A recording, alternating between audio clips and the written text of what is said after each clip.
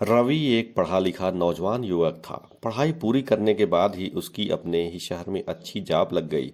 उसके घर में उसके अलावा माँ और बाप ही थे।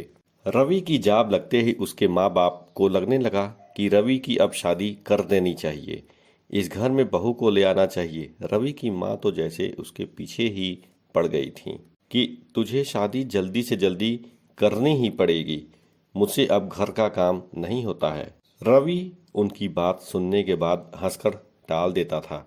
माँ ने रवि को कई लड़कियों के फोटो दिखाए, जिससे उसको किसी भी लड़की का फोटो पसंद आए तो वह उसके परिवार वालों से शादी की बात चला सके।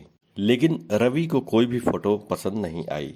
इस तरह से 6 महीने बीतने को आए, लेकिन रवि की शादी तय नहीं हो पाई। रवि की माँ ने अब देर न करते हुए उससे पूछ ही लिया, बेटा, अगर शादी के लिए तेरी कोई पसंद की लड़की हो तो बता दो, मैं तुम्हारी शादी वहीं करा दूंगी। इस बात पर रवि ने शर्माते हुए अपने साथ काम करने वाली एक लड़की रश्मि के बारे में बताते हुए उससे शादी करने की इच्छा जताई। इस बात पर रवि की माँ और बाप ने रश्मि से मिलने की इच्छा जताई, तो रवि ने रश्मि से अपने माँ बाप को एक रेस्टोरेंट में मिलवाया। रश्मि को देखते ही रवि की माँ ने उसे अंगूठी पहनाते हुए कहा, मुझे लड़की बहुत पसंद है। मैं अपने बेटे से तुम्हारी शादी के लिए तैयार हूँ।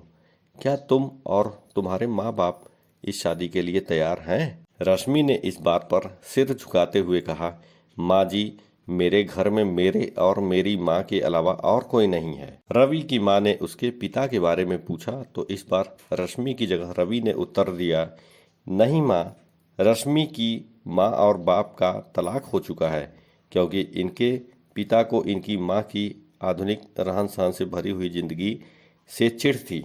कुछ ही दिनों के बाद दोनों की शादी हो गई। रश्मि और रवि दोनों ही अपनी जिंदगी हंसी खुशी बिताने लगे।